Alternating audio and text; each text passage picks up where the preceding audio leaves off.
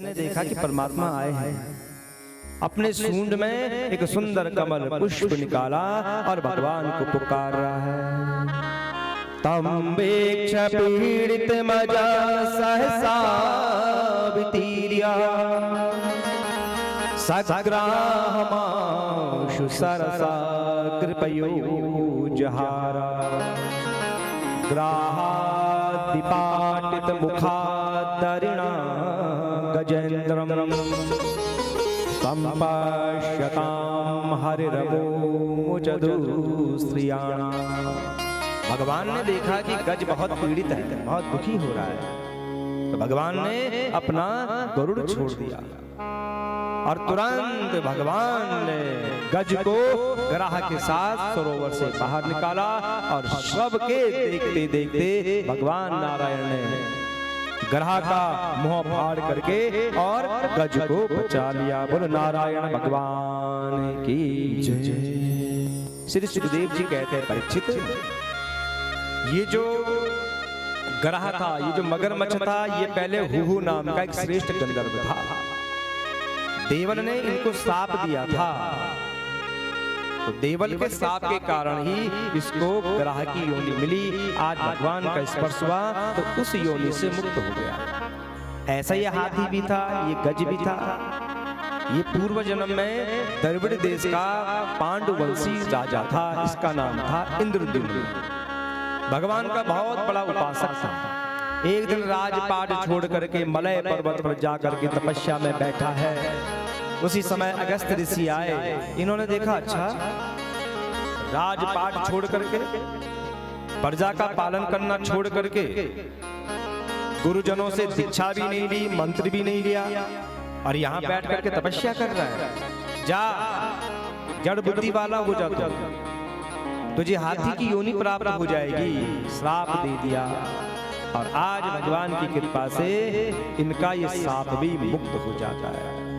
भगवान नारायण कहते हैं गज से, ये मां विस्तुवंतनेनांगं प्रतिबुद्ध्य निशातये तैसां प्राणत्यै चाहं ददामि विमलां मते। यारे गजेंद्र, तुमने जो स्तुति करी है ना मेरी, बहुत सुंदर स्तुति है। जो कोई भी ब्रह्म मुहूर्त में उठ करके इस स्तुति का पाठ करेगा, उसे मैं मृत्यु के समय निर्मल बुद्धि दे दूंगा। ये कौन सी स्तुति है? गजेंद्र मोक्ष। बहुत अच्छी स्तुति है। सुबह उठो और सबसे पहले इसी का पाठ करो, सुंदर पुस्तक मिलती है। पर कब करना है ये? ब्रह्म मुहूर्त में। उसके लिए तो 3:30 बजे उठना पड़ेगा सुबह। और आदत पड़ी है 7 बजे उठने की, 8 बजे उठने की। पर कोई बात नहीं, जब उठो गजेंद्र मोक्ष का पाठ करो। इस पाठ करने से जब मृत्यु सन्निकट आएगी तो भगवान निर्मल बुद्धि कर देंगे। उस समय संसार याद नहीं आएगा, उस समय संसार बनाने वाला याद आएगा। तो ये कथा किसकी है? हमारी कथा है। हम सब गज हैं, उन्मत्त हो रहे हैं संसार को देख करके, आनंद ले रहे हैं संसार का। इस क्षणिक संसार को देख करके हम बड़े आनंदित हो रहे हैं। इस क्षणभंगुर संसार में हम खेल रहे हैं और हमें ये पता नहीं चल रहा है कि कब हमको फांसी लग जाएगी।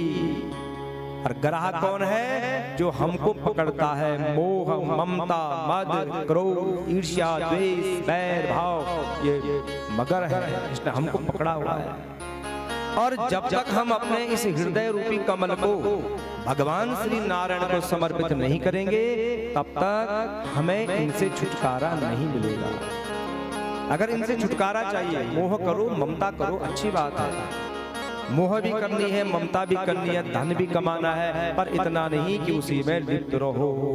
उसके साथ साथ भगवान का भजन भी करना है।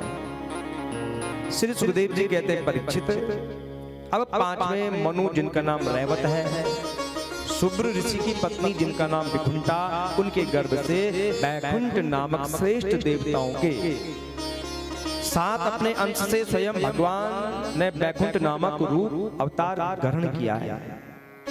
और छठे मनु चक्षु के पुत्र चाक्षुष थे। जगतपति भगवान ने उस समय बैराज की पत्नी सुमति के गर्भ से अजित नाम का अंश अवतार ग्रहण किया, समुद्र मंथन किया, देवताओं को अमृत पिलाया और इसी में भगवान ने कच्छप रूप धारण करके मंदरांचल को अपनी पीठ में धारण किया था। राजा परीक्षित ने फिर कहा कि प्रभु कैसी शंका कर रहे हैं आप बार बार मेरे मन में? श्री सुखदेव जी ने कहा कौन सी शंका उत्पन्न हो गई आप बताओ मुझे।